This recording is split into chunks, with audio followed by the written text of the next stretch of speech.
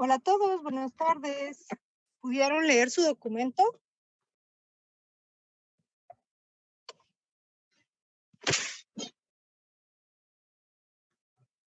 ¿Me escuchan? Buenas tardes, doctora. Sí, Buenas tardes, sí se escucha. Listo. Bueno, les mandé desde la semana pasada el documento con Diego. Ahí están. Se tuvo que dividir en dos porque es muy grande. A veces por correo cuesta que pase, entonces lo dividimos y se les pasó por WhatsApp. Me hacen favor, traten de tenerlo impreso para ir haciendo anotaciones respectivas.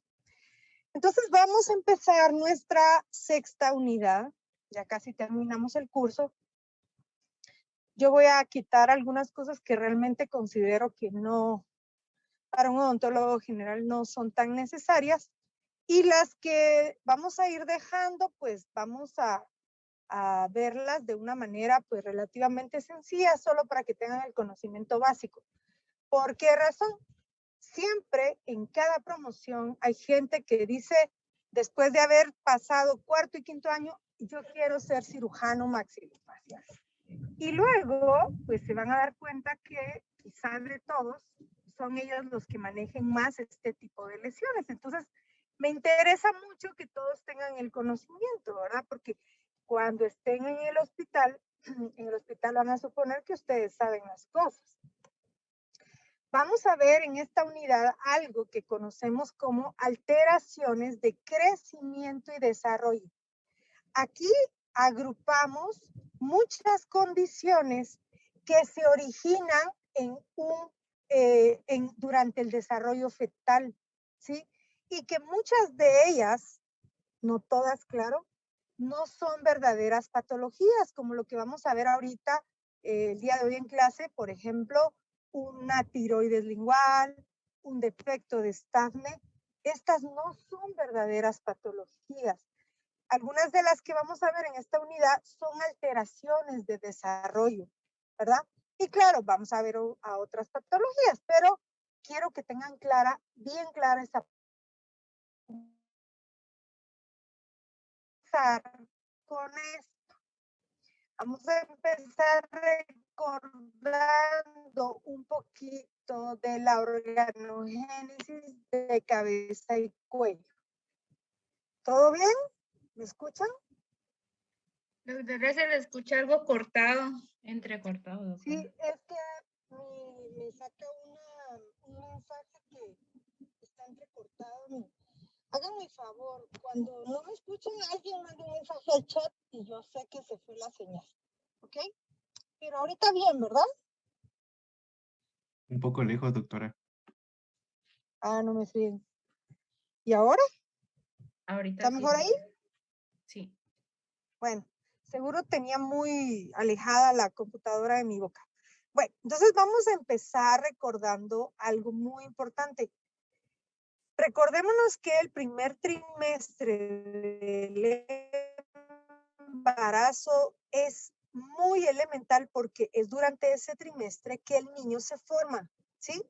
Y bueno, recordando un poquito de la organogénesis, vamos a recordar que aproximadamente entre la tercera y cuarta semana de vida fetal se forma sobre el foramen coecum, ¿sí? Que es el inicio del agujero ciego. Vamos a ver dónde está el foramen coecum. Más o menos está en esta posición, detrás de la vena lingual. Allí, en la vida uterina, allí se forma el tejido que va a formar la tiroides. ¿Ah? ¿Y qué ocurre? Pues ocurre que se forma allí, pero desciende a través del agujero ciego. Pueden ver este dibujito, y desciende a través del agujero ciego por medio del conducto tirogloso. ¿Y qué ocurre? Va descendiendo, pasa delante del hueso hioides hasta posicionarse en el famoso cartílago tiroideo, ocupando el lugar de la tiroides. Pero aquí es donde viene la trascendencia. Ustedes se van a decir, pero yo como dentista, ¿qué? Ah, pues ahorita se van a dar cuenta. Ocurre que en un porcentaje pequeño de la población, esto forma un coristoma. Y como yo sé que ustedes ya pasaron su clase de patología y terminología, yo sé que ustedes saben que un coristoma es tejido ectópico, desplazado en un lugar donde no debería de estar. Y eso es la tiroides lingual. Es tejido normal, pero está en un lugar donde no debería de estar. Y si este paciente, digamos que no haya sido diagnosticado previamente, nos toca encontrarlo, ustedes, si no han escuchado de tiroides lingual, se van a asustar y van a pensar que esto es un tumor en la base de la lengua. Y eso no es así. Entonces, vemos muy a grosso modo tiroides lingual para que el día que llegue un paciente, ellos generalmente para cuando llegan con nosotros, les estoy diciendo el 90% ya fueron diagnosticados. Puede ser que a alguien le toque de que el niño esté en la adolescencia y el tejido tiroideo haya crecido y les va a tocar verlo. Pero la mayoría de veces esto ya ha sido diagnosticado. Bueno, entonces, ¿qué ocurre? Lo que ocurre es que durante la 7ª semana aproximadamente desciende, ¿sí? A través del conducto tirogloso y se posiciona en su lugar. Pero en estos pacientes no desciende. Y aquí pueden haber dos escenarios. O no desciende absolutamente nada de tejido y todo queda atrapado allí en la base de la lengua, o desciende solamente un fragmento del tejido y vamos a encontrar un tejido más escaso en la base de la lengua. Entonces, en cualquiera de los dos casos, pues tenemos que saber, ya sea porque sea grande o pequeño, que ese tejido, ¿sí? Ese tejido es normal. Denme un segundo.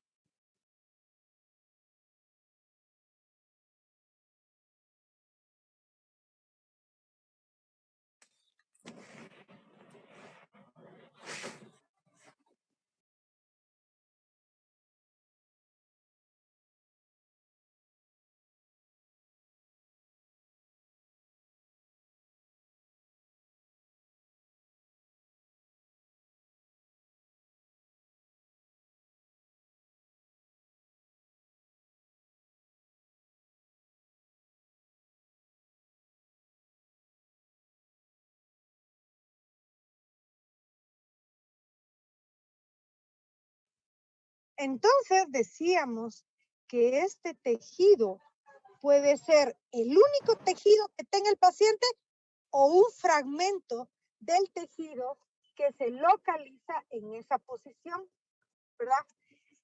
Muy importante, nosotros no hacemos el diagnóstico.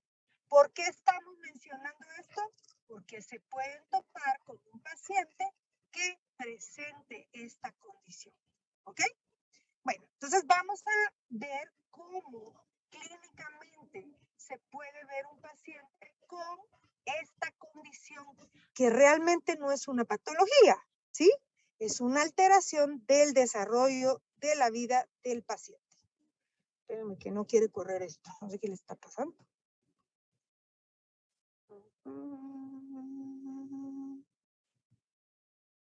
Ahí está. Está lenta mi compu. Muy bien, ¿en quiénes es más común? Pues puede aparecer en hombres y mujeres, pero por alguna razón, algunos creen que por razones hormonales, en las mujeres, ¿sí? Esto no es pregunta de examen ni tampoco para que lo tengan que recordar su vida entera. Pero esto sí es importante. Como puede ser el único tejido tiroideo del paciente, fíjense, durante ciertos periodos de la vida, ¿sí? Del paciente, sea hombre o mujer, va a tener alguna exacerbación. ¿Alguien me puede decir qué significa exacerbar? En sus palabras, no tienen que ser extremadamente literales. ¿Saben cuando yo hablo exacerbar, saben qué significa?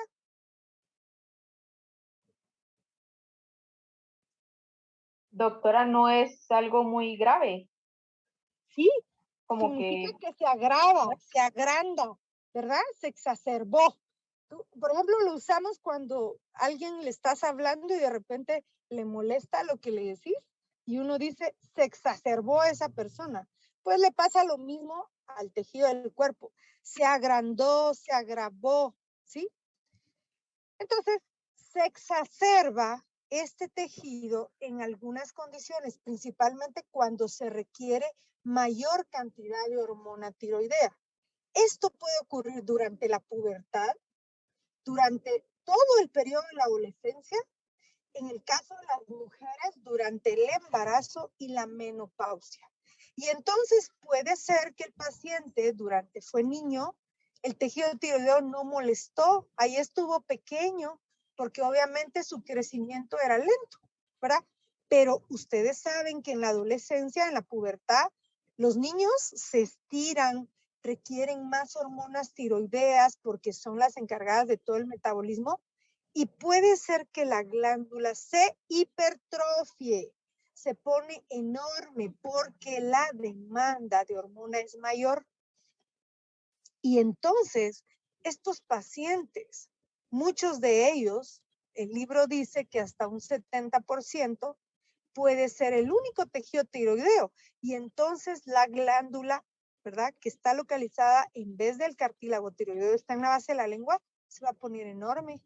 ¿Y qué va a causar en el paciente? Pues por pura lógica, le va a costar respirar por la boca, ¿verdad? Le va a costar hablar, le va a costar tragar, ¿sí?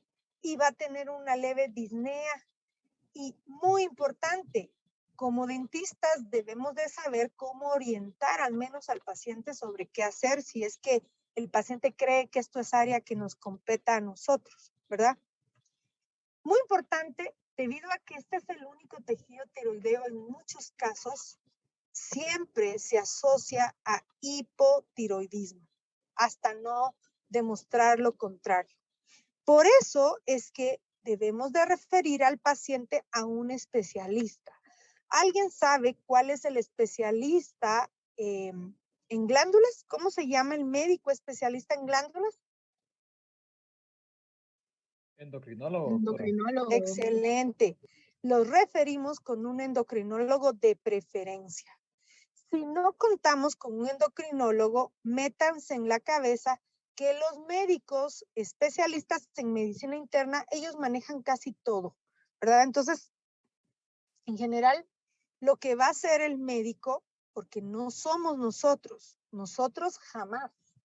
Yo aún sospechando de que la glándula está exacerbada y todo, por situaciones legales, que tal vez el tipo de paciente que me tocó muy delicado, digo, no voy a meter mis manos. Tal vez si hubiera sido un paciente de muy escasos recursos que no puede pagar la consulta médica y que uno lo para ayudando en no cobrarle, buscarle muestras médicas y así. He hecho cosas, pero han sido pacientes muy contados.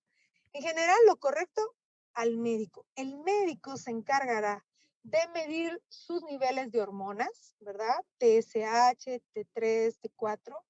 Y escuchen esto, el examen que es estándar de oro para decir que ese tumor, porque la mayoría son tumores, ¿verdad? Por el tamaño, ¿verdad? No me refiero a que sea un verdadero tumor, no.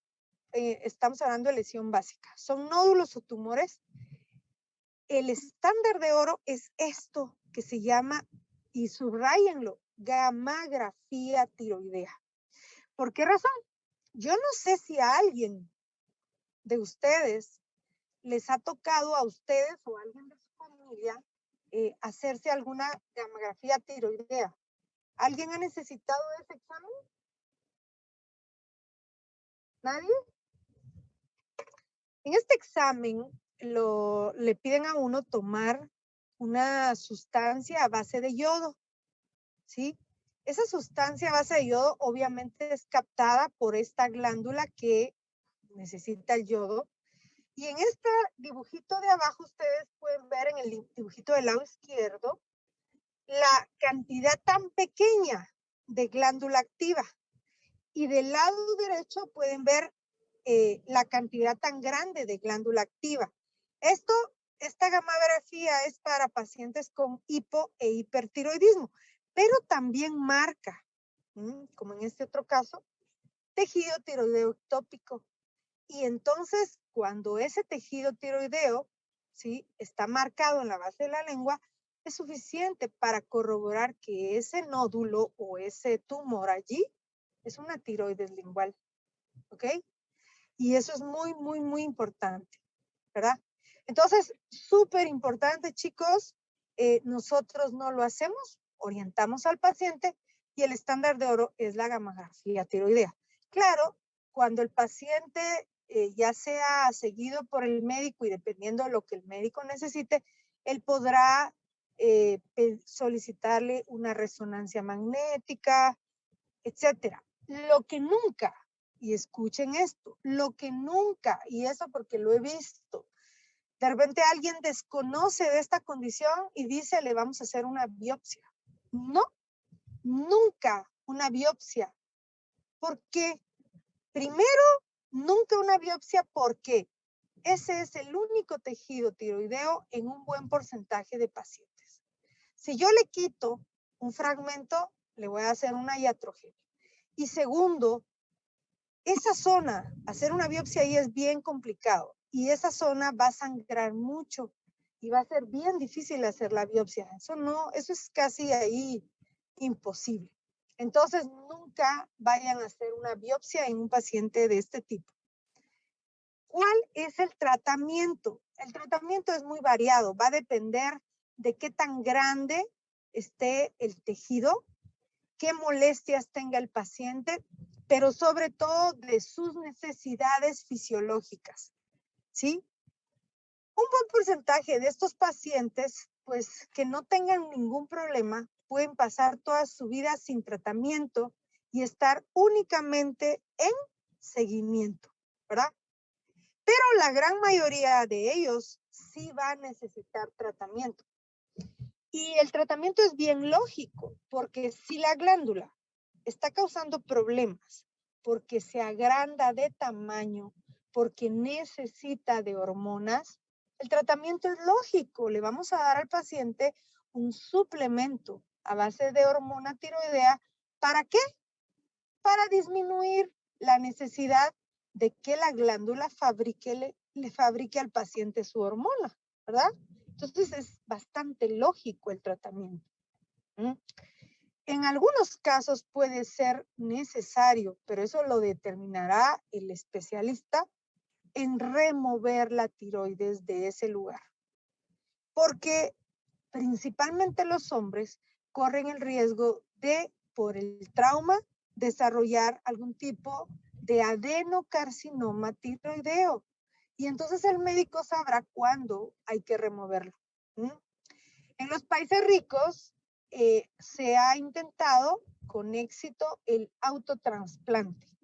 Pero claro, eso es muy difícil porque recordémonos que las glándulas exócrinas todas tienen sus conductos de excreción, necesitan una arteria que les lleve su irrigación, necesitan todo un componente venoso para excretar los desechos, etcétera. Entonces el trasplante no es nada más de remover el tejido de ahí y colocarlo así como la cereza del pastel sobre el lugar donde debería estar. No, hay que conectar conductos, arterias, vasos, venas, y eso puede ser bastante complejo. Entonces, no conozco hasta el momento alguien que haga un tipo de cirugía de ese nivel, que realmente sería el ideal.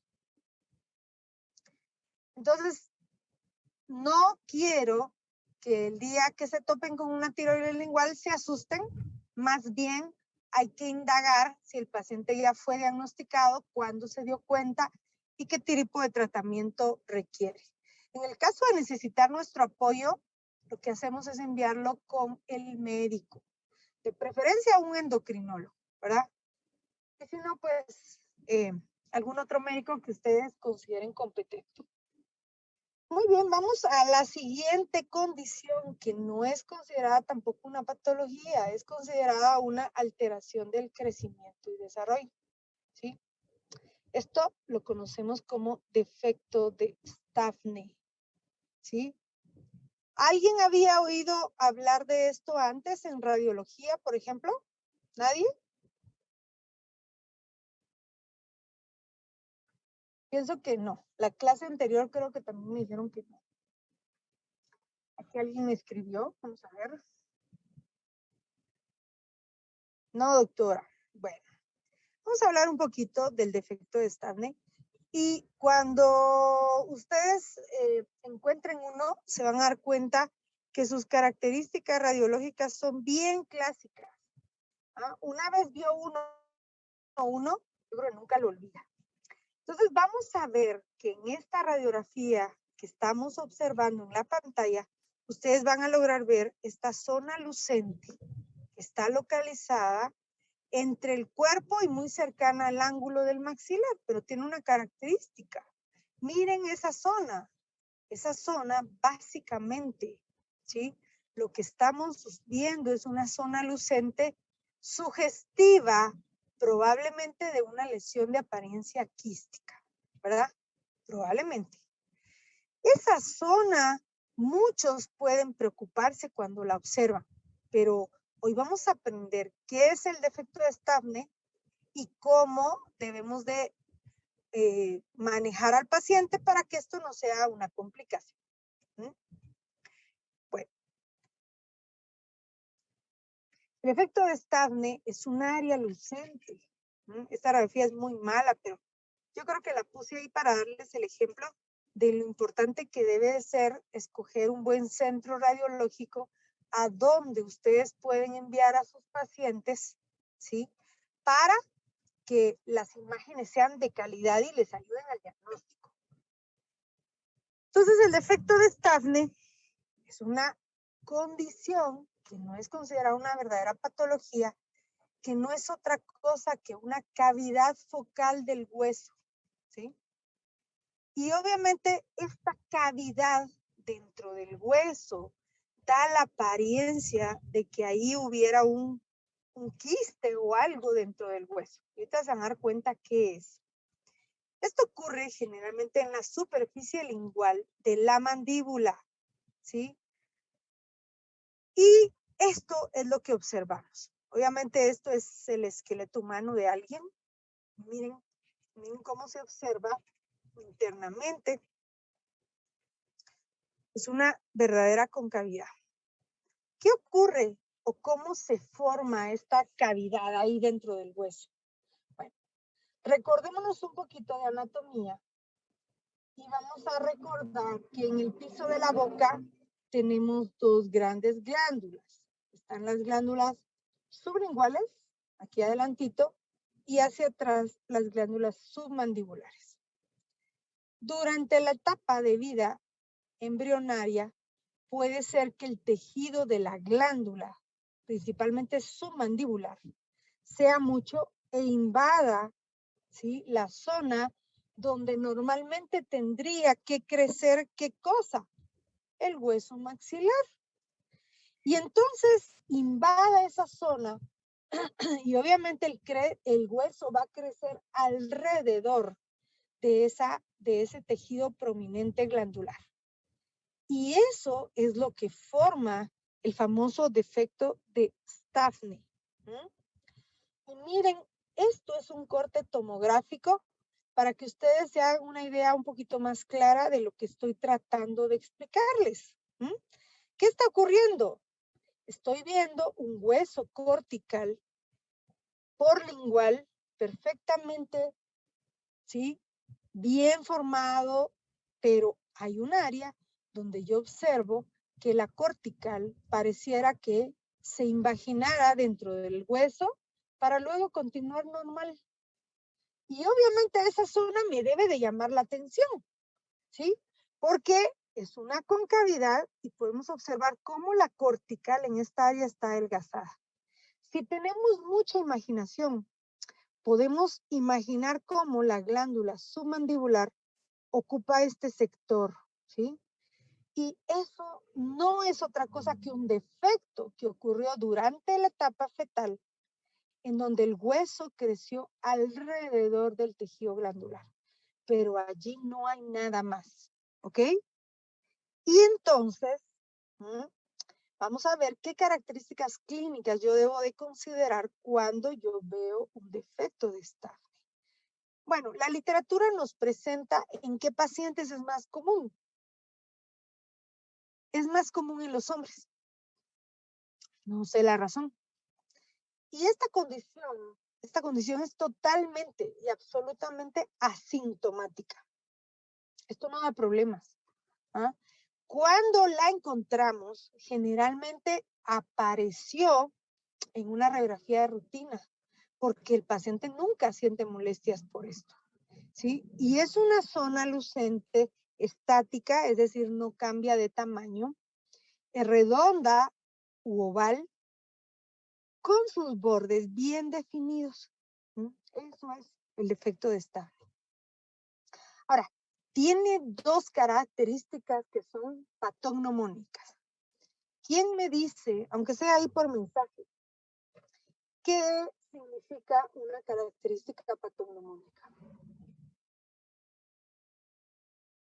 Características que definen una enfermedad específica. Exacto. Si podríamos decir, son características casi exclusivas, ¿verdad? Que nos ayudan a llegar al diagnóstico de forma muy rápida. Entonces hablemos de las dos características patognomónicas del defecto de Staph. Ya vimos que son lesiones lucentes, de forma ovalada, de bordes definidos, pero miren esto, localizadas por debajo del conducto dentario inferior a nivel del ángulo de molares, a nivel del, entre la región de molares y el ángulo. Esto es lo clásico del defecto de Staph. Claro, las presentaciones pueden ser múltiples, pero ustedes guardan esa imagen. Lesión lucente entre cuerpo y ángulo debajo del conducto dentario. Primer diagnóstico diferencial, porque esto no es diagnóstico inmediato. Grábenselo en la cabeza. Es un defecto de Staph. ¿Qué debo de hacerle al paciente? El examen complementario por excelencia para el defecto de Staph debe de ser este. Bueno, antes que no teníamos el CBCT, se le pedía al paciente siempre una tomografía. Pero ahora, yo no sé si alguien recuerda ventajas del CBCT sobre la tomografía. ¿Cuáles son? Hay dos grandes ventajas del CBCT sobre la tomografía. ¿Cuáles son esas dos grandes ventajas?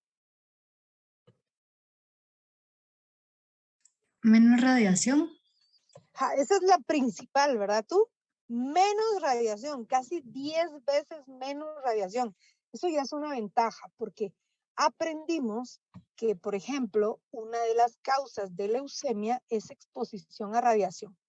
Por lo tanto, si a mí me ofrecen un examen que va a tener 10 veces menos radiación, yo voy con los ojos cerrados. Bueno, esa sería la primera. ¿Y la segunda ventaja? Menor costo. Menor costo, que también es importante, ¿verdad? Entonces, menos radiación y menos dinero. Ya con eso tenemos suficiente. Y también mejor resolución espacial. Para nosotros como dentistas, sí, porque el ATAC, los médicos nos mandan cortes y en cambio esto lo podemos mover en 3 dimensiones de una forma espectacular. Excelente. Bueno, entonces, ¿qué hacemos? Le pedimos al paciente un ATAC y vamos a observar que el ATAC tenga esa concavidad. Esto no me acuerdo si lo puse o lo quité del documento, pero igual nunca lo pregunto en el examen, pero me es importante que ustedes lo sepan y al menos lo hayan visto una vez. Hay 3 tipos de defecto de Staph. El tipo 1, donde la concavidad, pues obviamente hay un área de cortical adelgazada, pero miren, no se une a la cortical bucal y esto gris representa el hueso medular. El ejemplo clásico de defecto de Staph es este. Este, hasta donde yo he visto, es el tipo más común, el tipo 1. En el tipo 2, ¿sí? La invasión de la glándula fue tanta que la cortical, bucal y lingual están soldadas. No hay hueso medular allí. Veamos cómo se ve en la tomografía un tipo 2. Miren esto. ¿Lo ven? Están unidas ambas corticales. Eso es malo porque esa zona del hueso es más frágil que cualquier otra, ¿verdad? Y eso puede predisponer al paciente a probables fracturas. Y por último, la tipo 3, en donde la invasión de la glándula fue tanta que las corticales bucal y lingual están soldadas, punto 1, y punto 2, miren cómo se expande hacia bucal. La única que he visto yo hasta el momento en la vida real es la tipo 1. La tipo 3 es muy raro, pero pues obviamente ustedes lo tienen que conocer. Entonces la cantidad de tejido glandular es demasiado y ¡puf!, lo empujó. Bueno, y aquí vamos a ver una variante de defecto de Stafne. Y quiero que tengan su mente bien abierta, porque cuando uno ve esto a veces se confunde. Y esto es lo que yo necesito que vayan viendo, la importancia de llevar un pensamiento lógico para hacer un diagnóstico. La variante del defecto de Stafne es cuando se encuentra en el sector anterior del maxilar. Y algunas veces las vamos a ver como una pequeña lesión lucente ahí, inocente. Y en otras podemos ver lesiones mucho más grandes. Permítanme. Bueno, lo tengo aquí. Ah, sí, aquí está el casito. Miren este caso. No sé si logran ver ahí la radiografía con una flecha. Estamos viendo una lesión lucente localizada apical a pieza 28 y 29. Vamos a escoger a alguien. ¿Dónde queda el cursor? Luis Castellanos dice. Hola Luis, buenas tardes.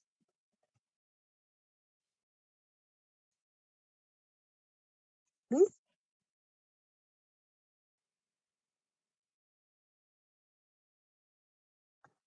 Luis no está en clase, ¿verdad? ¿Qué estará haciendo Luis? Sí, doctora, Ya. buenos días. A ver, Luis, buenas tardes. Es la 1:30.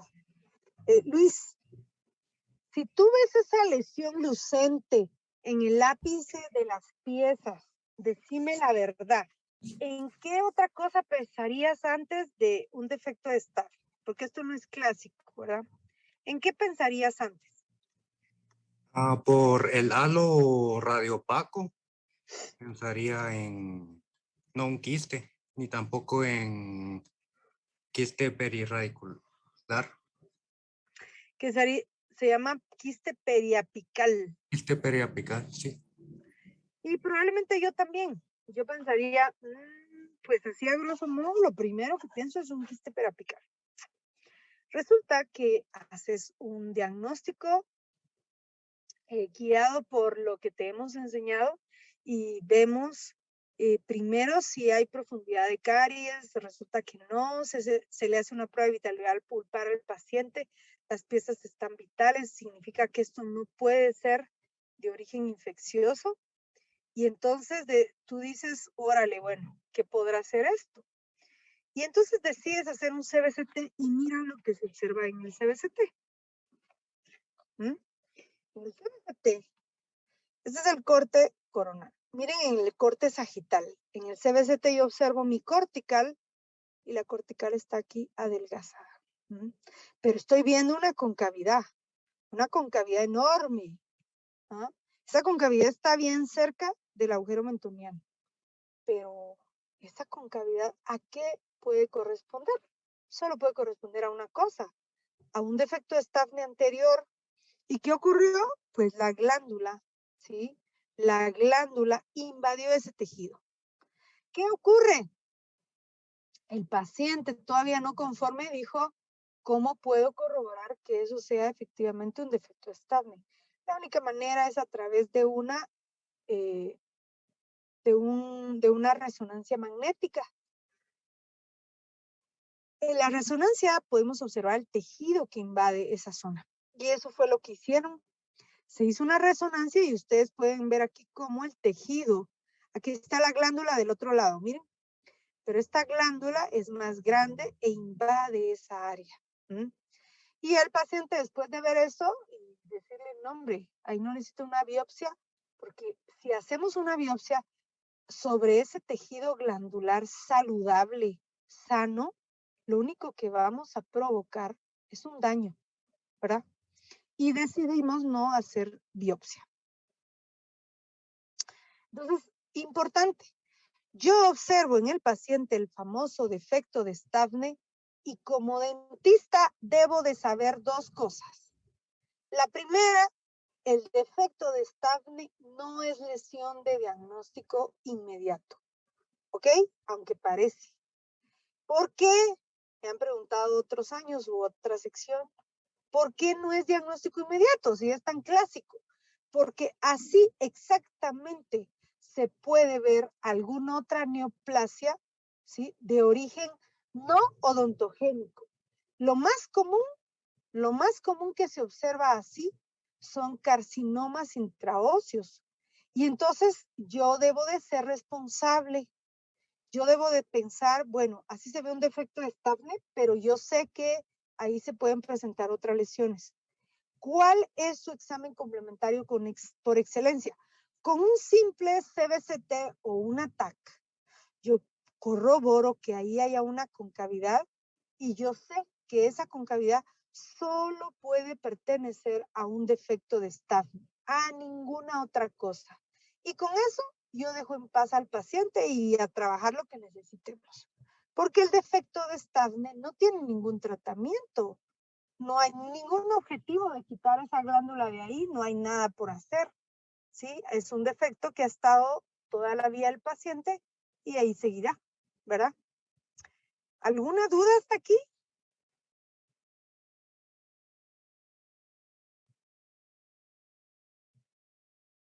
Nada. Cuando no hay dudas, o todo quedó muy claro, o no entendieron nada. Eso es lo que uno piensa cuando no hay dudas. Doctora, Doctora, o sea que los diferenciales de esto podrían ser los carcinomas o un quiste periapical, antes de hacerle un CBCT y ver esa concavidad. Bueno, dependiendo qué tipo de defecto de Stavne te toque. Si te toca este, ¿le pondrías de diferencial un quiste radicular?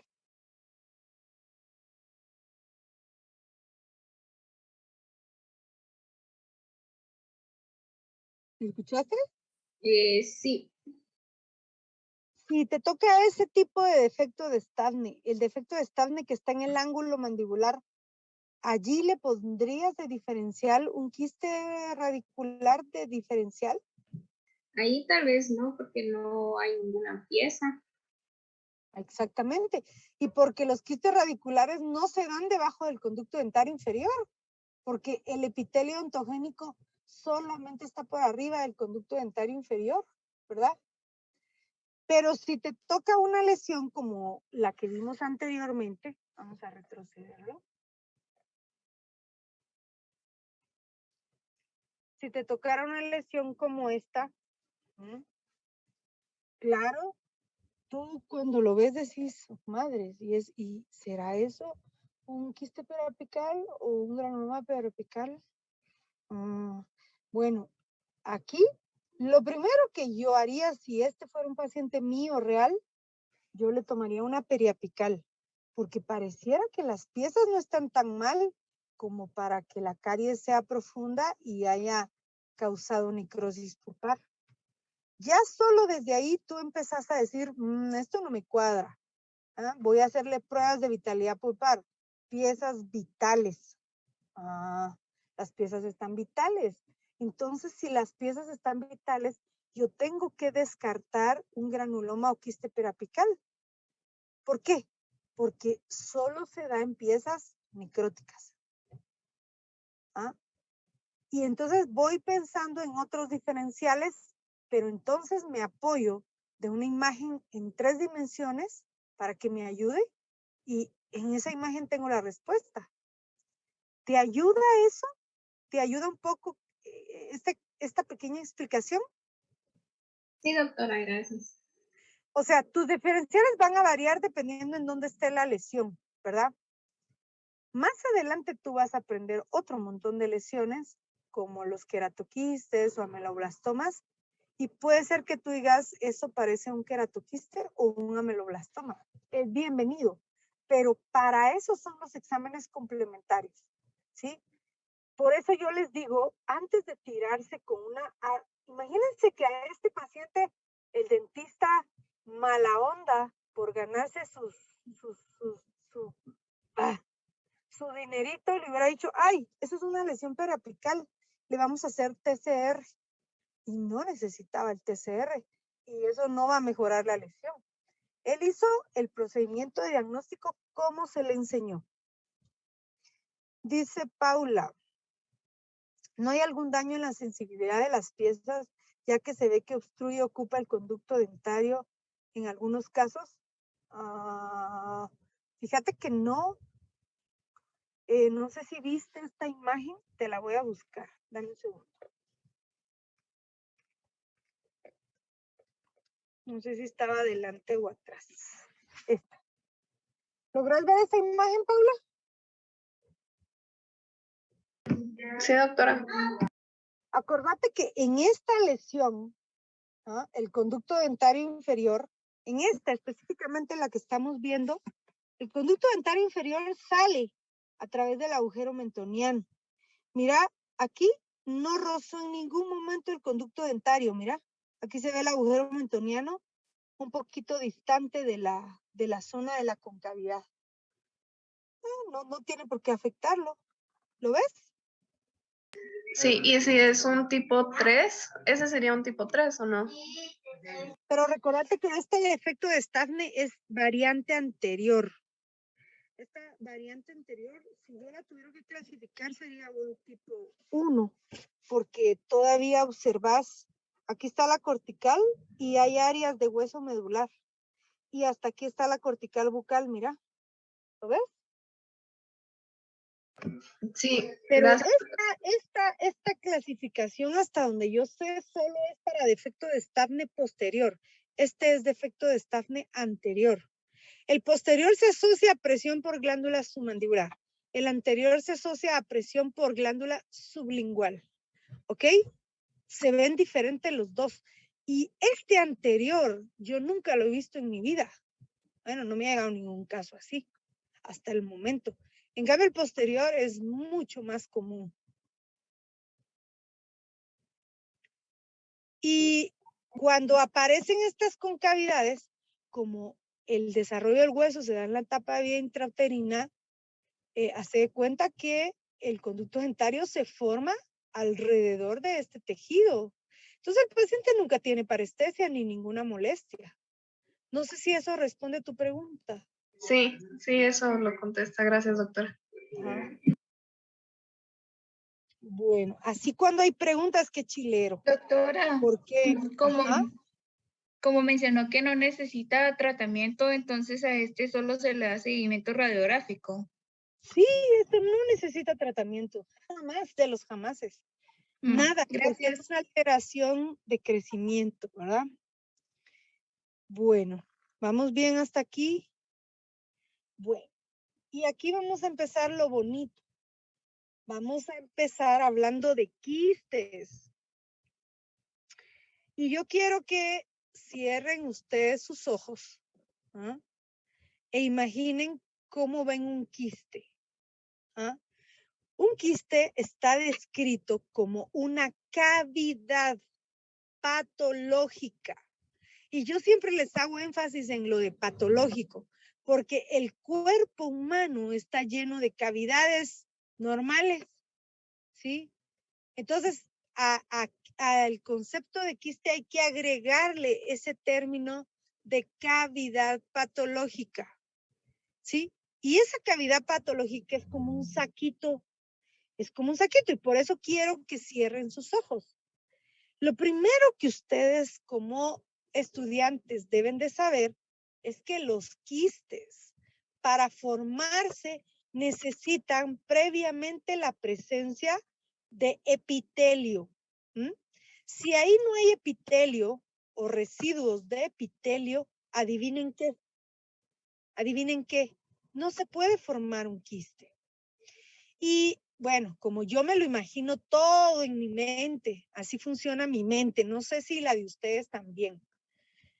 Si alguien alguna vez quiere algunos consejos sobre métodos de estudio, bueno, yo no soy experta, ni se los puedo dar, pero busquen cosas como mnemotecnia o imaginación, porque cuando uno leyó algo e imagina las cosas, nunca las va a olvidar. Entonces, cuando yo vi la primera vez cómo los quistes se forman, yo imaginé en mi mente una de esas vejigas largas, ¿sí? Que nos dan cuando somos chiquitos en las piñatas. Y yo imaginé que hay un proceso inflamatorio que básicamente, hagan de cuenta que empieza a llenar la vejiga de aire hasta que se forma lo que conocemos como vejiga, ¿sí? Esa vejiga es una cavidad y más o menos así funcionan los famosos quistes. Para que haya un quiste tiene que haber una cavidad. Y para que haya un quiste tiene que haber epitelio previo. Y de ese epitelio previo, ¿sí? Se forma la cavidad. Ahora, un dato importante, quiero que vean este dibujito.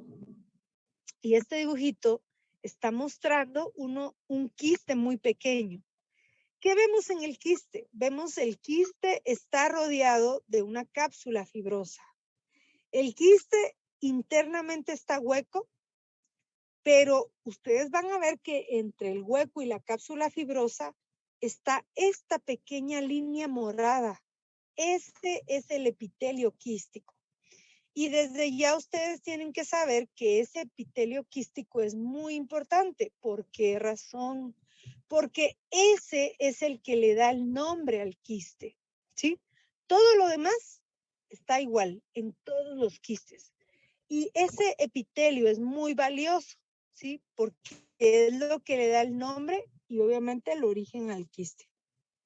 Bueno, habiendo dicho eso, y espero no confundirlos, los quistes están formados de 3 grandes áreas. La más externa, o si quieren empecemos de lo interno, la cavidad. La cavidad del quiste nosotros le llamamos lumen. Esa cavidad está formada, ¿sí? O puede estar totalmente hueca o tener algún líquido en su interior. Luego viene el epitelio quístico que rodea completamente la cavidad. Y lo que le da la estructura al quiste es generalmente una pared quística o fibrosa. Bueno, yo pienso que vamos bien hasta aquí, pero siguiendo con los ejemplos, y creo que esto les va a ayudar mucho, yo en mi cabeza veo los quistes como un coco, ¿no? Todos hemos tenido un coco en nuestras manos. Y ese coco tiene muchas partes.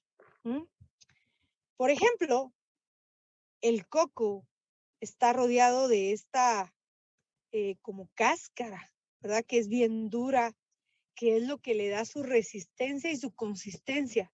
Y yo imagino que en el quiste, esta cáscara es como la cápsula fibrosa, ¿verdad?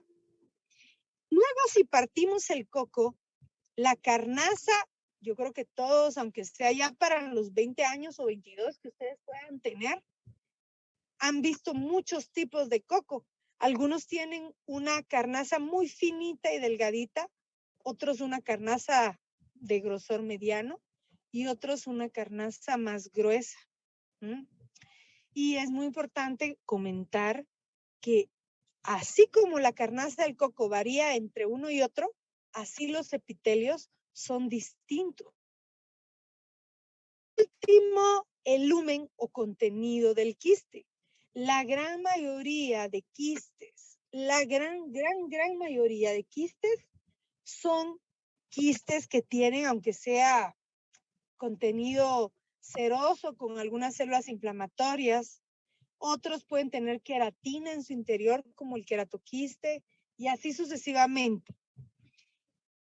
Entonces, ya que tenemos un concepto de qué es un quiste, yo quisiera que alguien me diga si la idea del concepto de quiste les quedó claro o no. Sí, doctora. Pues claro. Bueno, ahora que ya Doctora. tenemos una... ¿Sí? Disculpe una duda. Entonces, por esas razones que usted decía, que en los quistes se podía hacer biopsia por aspiración, ¿verdad? Exactamente, porque Ya. te ayuda a corroborar que efectivamente es una cavidad llena de líquido y algunas veces, no siempre, escucha esto, algunas veces ese tejido, lo que obtenés, nosotros, ese es tema de otro rollo, pero eso dejáselo al patólogo. Tú aspiras y hay que mandarlo inmediatamente al laboratorio de patología para hacer algo que nosotros llamamos bloque celular.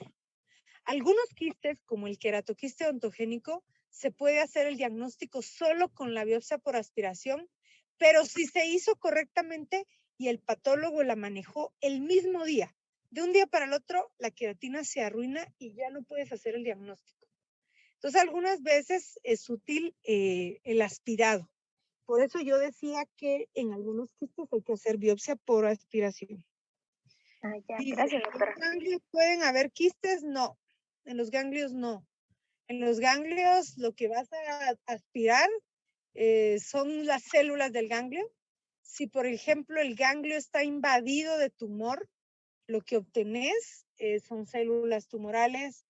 Si el ganglio tiene, por ejemplo, un linfoma, obtenés células neoplásticas que al verlas al microscopio, tú puedes ver sus cambios. Estos cambios están asociados a pleomorfismo nuclear y celular.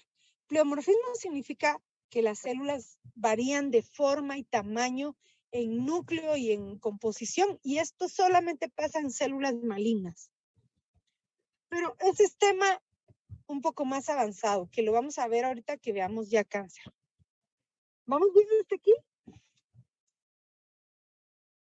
Sí, doctora. Bueno, entonces, avancemos un poquito y vamos a aprender hoy, porque creo que es lo que nos va a dar tiempo, del quiste del conducto tirogloso. Y hace menos de una hora hablamos del conducto tirogloso.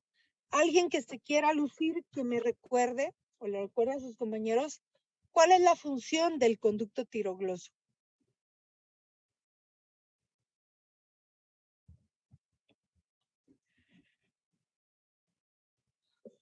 Lo mencionamos hace un ratito. ¿Para qué es útil en el cuerpo el conducto tirogloso?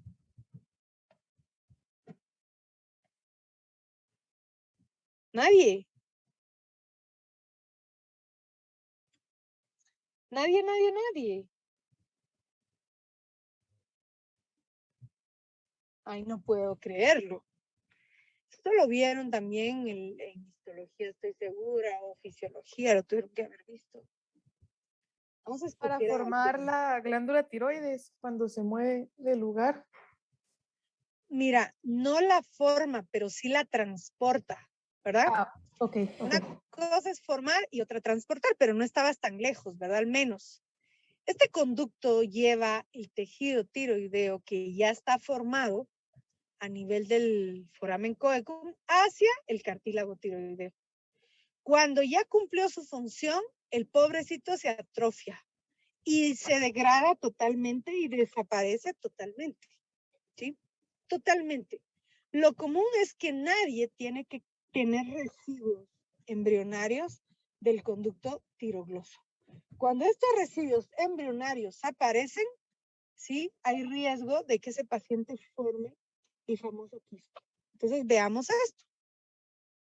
Ya vimos que durante la cuarta, quinta semana de vida fetal se forma la tiroides.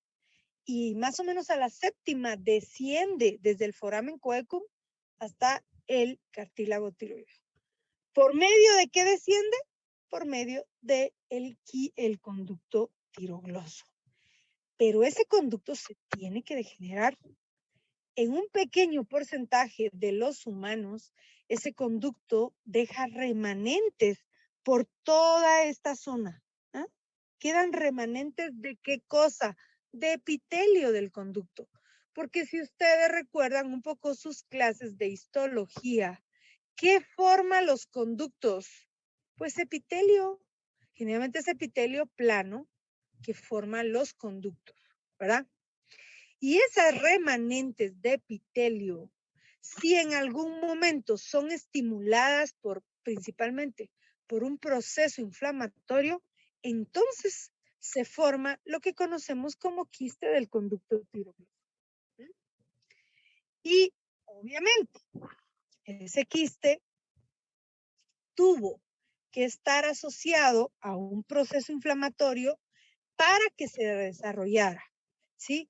Algunos autores e investigadores creen que no solo el proceso inflamatorio genera el quiste, sino que también retención de secreciones dentro del conducto.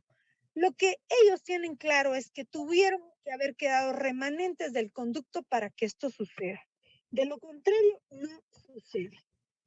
Y muy importante, es un quiste que se da exclusivamente en la línea media y obviamente puede aparecer en cualquier sitio donde estuvo el conducto tirogloso, pero la región más cercana, o sea, más probable que aparezca es entre el hueso hioides y la zona del cartílago tiroideo, ¿verdad? Ese es el lugar más probable. Y muy importante, vamos a ver qué características clínicas tiene un quiste del conducto tirogloso. Ahí hay una foto de un paciente, una foto del cuello, donde ustedes pueden ver un nódulo subcutáneo. Generalmente estos son nódulos subcutáneos fluctuantes que no dan ningún problema, pero que sí el paciente menciona, mire, a mí me molesta porque siento aquí una bola. Entonces, la edad más común para encontrarlos es entre la primera y segunda década de vida. Pero algunos de estos pacientes, ustedes se van a dar cuenta que les van a indicar que han tenido exacerbaciones. Ellos no dicen exacerbaciones, sino ellos van a decir, fíjese doctor o doctora, a mí esta bola se me inflama, así de horrible como la estamos viendo allí, se inflama y luego drena. Se hace un hoyo y drena. Pasa drenando unos 8 o 10 días y adivine qué, doctor, luego desaparece. ¿Ah? Y 2, 3 años después se vuelve a inflamar y desaparece. Y el paciente, principalmente alguien que no se preocupe mucho de su salud, porque cree que lo que desapareció ya se curó, no le va a poner atención. Solo quiero ver si tengo una foto adelante. Siempre pienso, voy a pasar esa foto hacia atrás. Algunas veces los quistes, miren, pueden tener un tamaño enorme. Lo común es encontrarlos en la línea media, pero cuando están justo por delante del cartílago tiroideo, como el cartílago tiroideo tiene una puntita, se van a un lado de la línea media.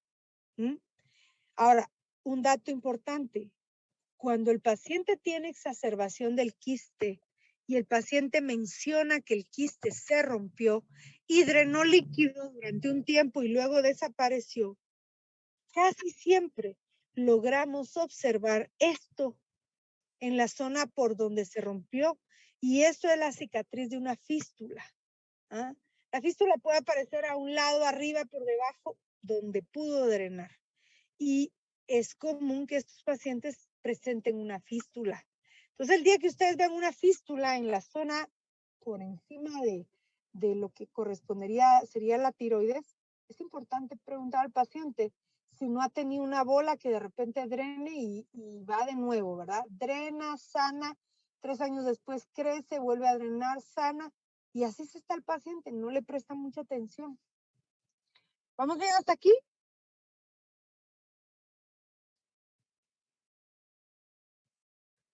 Yo espero que sí. Bueno, entonces este quiste tiene una característica. Ya dijimos que no sobrepasa el área, la línea media hasta donde está la tiroides. Y miren esto, generalmente como es un quiste de tejido blando, es fluctuante y móvil y rara vez tiende a causar mucha molestia. ¿Cuándo puede molestar? Cuando se exacerbe y drene, ¿verdad? Pero por lo demás, ahí están sin mayor problema. Y tienen dos características que nosotros los debemos de usar como examen clínico. El primero es el movimiento que el quiste tiene al tragar. Entonces le damos al paciente un vasito con agua y le pedimos que trague. Los quistes pequeños no se ve mucho el movimiento, pero en los quistes grandes, cuando el paciente está tragando el agua, se ve como el quiste sube y baja. Pero aún así, este examen complementario clínico, pues sí lo tiene que hacer alguien que tenga mucha experiencia. Pero el más importante es este otro. Vamos a ver esta pequeñita. Ustedes van a ver, no quiere correr la diapositiva. Ustedes van a ver esta pequeñita. Es una niñita de 2 años con una masa en la parte superior del cuello. Creo que todo lo estamos viendo, ¿verdad? Y ustedes se van a dar cuenta, cuando tengan hijos, van a entender a la gente que tiene hijos. La gente que tiene hijos, al niño le sale una manchita y ya van al la pierna de un proceso infeccioso que ahí se van, que no le pase nada, ¿verdad? Entonces, miren esto. Es una paciente que tiene esta masa en el cuello y es asintomática. Los padres piensan que es un tumor. Al verla en la vista lateral, miren cómo se ve la chibolita, me dijo un estudiante, cómo se ve este nódulo, ¿sí? En la vista lateral. Entonces, ¿qué le pedimos hacer a la niña? Principalmente esto es útil para los que van a estudiar cirugía maxilofacial. Al paciente, sea niño, adulto, lo que sea, se le pide que haga este movimiento. Y este movimiento no consiste en otra cosa que sacar la lengua. Ahí lo estoy haciendo yo. Lo más que el paciente pueda. Y a esto se le conoce como maniobra de Hamilton-Bailey. Apúntenlo. Maniobra de Hamilton-Bailey. ¿Qué ocurre con esto? Al sacar la lengua, miren cómo desaparece la lesión por completo de la zona donde estaba. Y no es que desaparezca para siempre, sino que junto con los músculos de la zona se eleva y da la impresión que se esconde por un momento. Claro, mientras más pequeña sea la lesión, más fácil va a ser ver cómo desaparece entre los demás tejidos del cuello. Cuando es más grande, va a ser más difícil, ¿verdad ustedes? Y entonces esto es la maniobra de Hamilton-Bailey. Ok, ¿qué hacemos con estos pacientes? Aquí se les puede hacer una biopsia por aspiración, ¿sí? Y también es importante una biopsia excisional, ¿sí? Una excisión quirúrgica.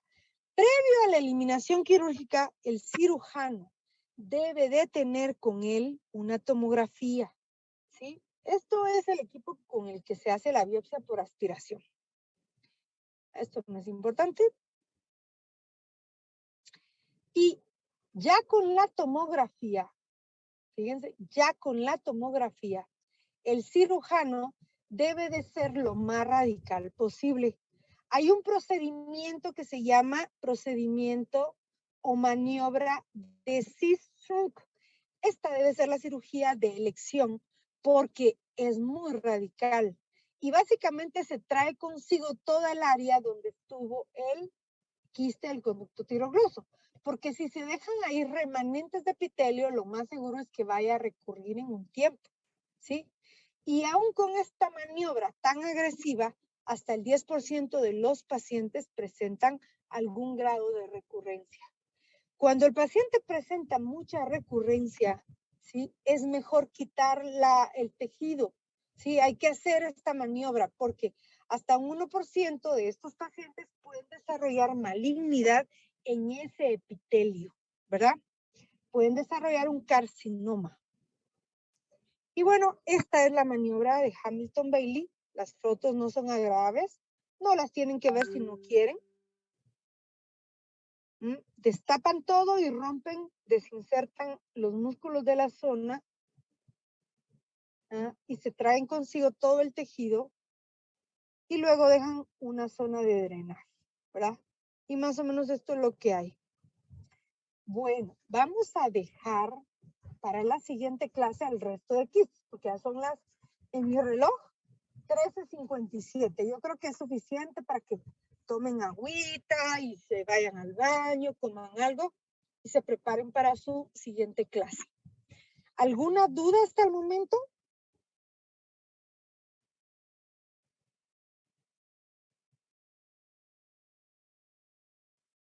Bueno, yo espero que eso signifique no.